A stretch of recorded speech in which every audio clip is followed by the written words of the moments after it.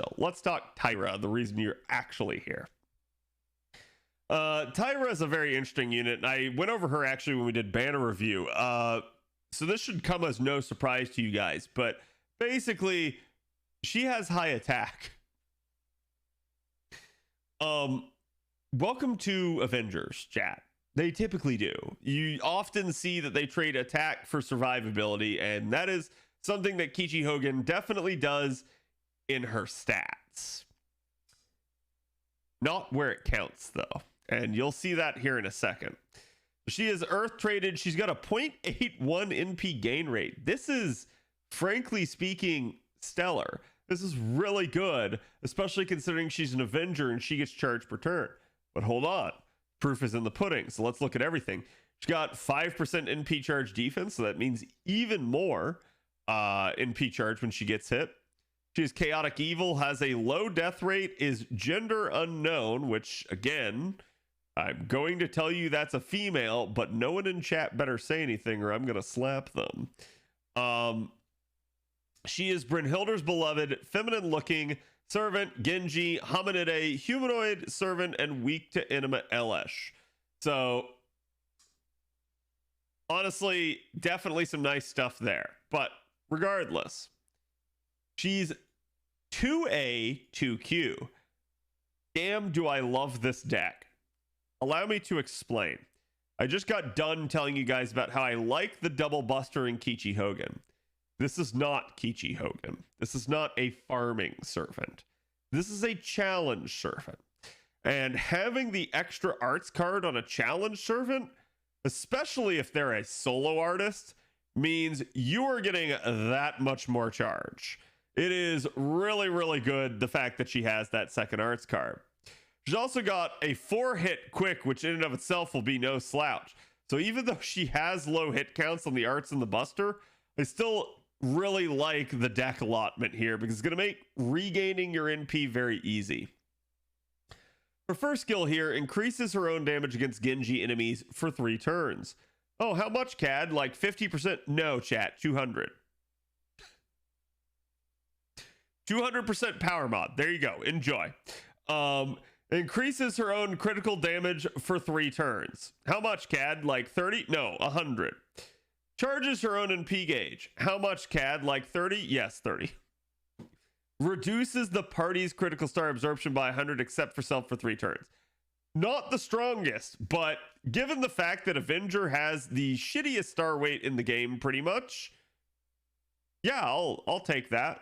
That's definitely going to help, right? Anything helps at that point. Her second skill here is Kagekiyo Never Dies. Grants self gut status 1 time, 3 turns, revives with 3000 HP, which is higher than average. Stackable with other guts, definitely higher than average. And increase own instant kill resistance for 3 turns. That is the only thing that actually levels with the skill, but you're still going to level this skill. Grants self on activate buff for 3 turns that whenever your guts is activated, it will grant you a Thirst for Vengeance buff for 10 turns. Thirst for Vengeance enables extra damage on her NP. Why are you going to level this, chat? You might not care about death rate. You're going to level this because, chat, this is a 1-time 3 turns guts on a 4-turn cooldown. And then you're like, okay. But wait, there's more. Then you get to the third skill. Hey, have you ever wanted to be Ku, but you really wanted Ku's guts on a 4-turn cooldown? Welcome to Taira. Taira's got evasion for 2 attacks, 3 turns. So a little bit of a miniature protection from arrows there.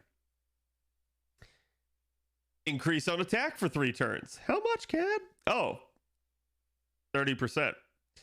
Inflict curse with 500 damage for 3 turns to all enemies. So she has a 6-turn dodge, multi-attack dodge for that matter, and a 4-turn guts. yeah, she's got survivability. And that's why I was basically saying, hey, this, you don't really care.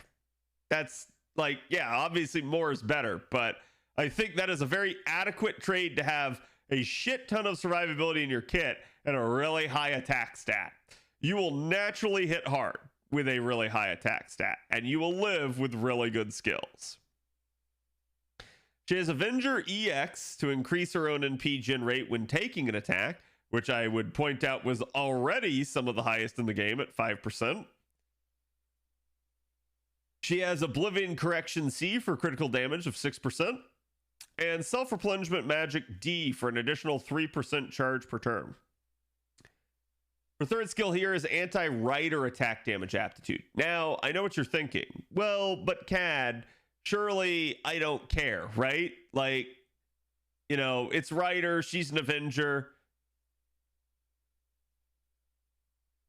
Hey, chat, remember this first skill? Genji.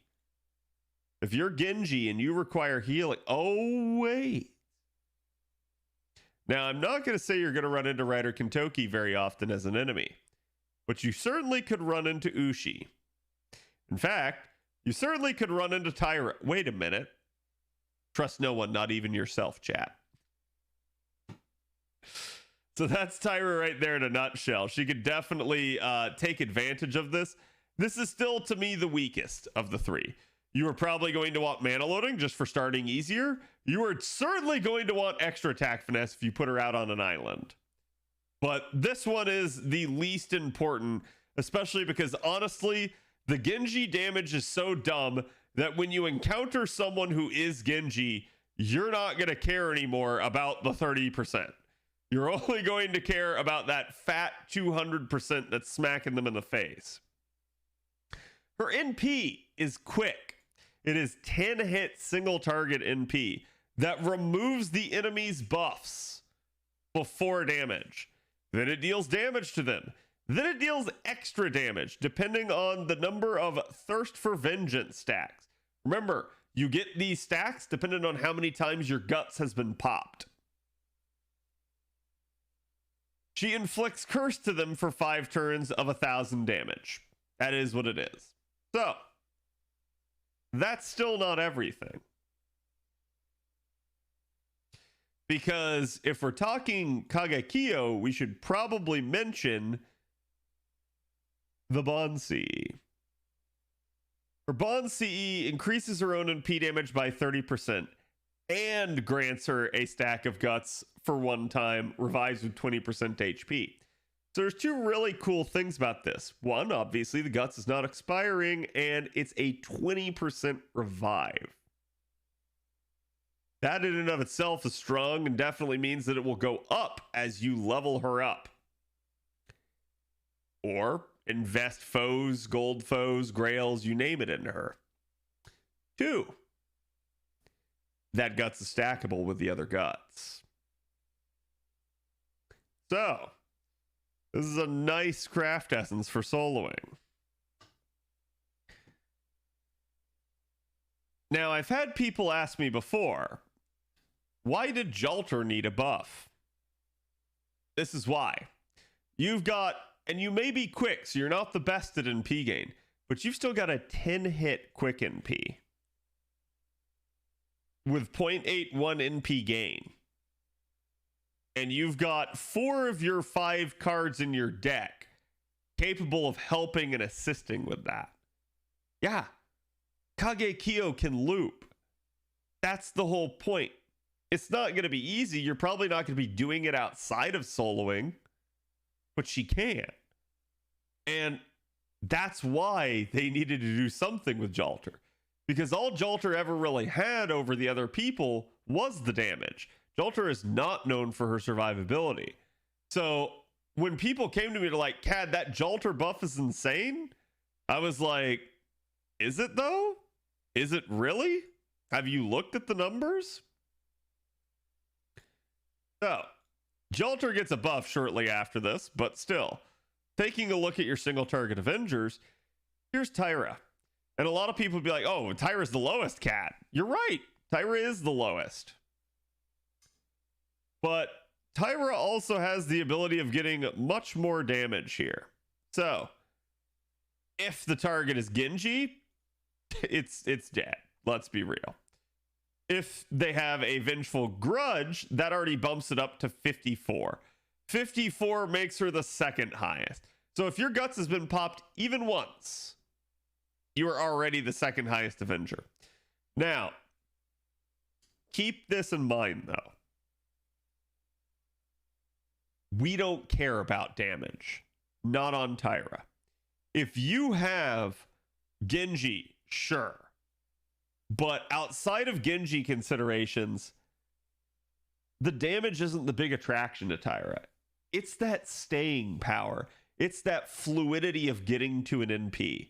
The fact that she is going to be able to do that repeatedly and easily compared to some of her other contemporaries is why, honestly, I think Taira's really good for this, and why it was a-okay with them making Jalter's damage dumb. Because Jalter's a, use it and lose it type of servant. Kagekiyo's a lot more of a cockroach. You're not killing her easy. So her not having the best damage naturally is fine by me. She has the ability to keep doing it over and over again, and you're not going to kill her very quickly or easily. Also, consider the fact that Jalter buff blocks, which is a very, very good thing to have. Taira doesn't care and just removes your buffs anyways.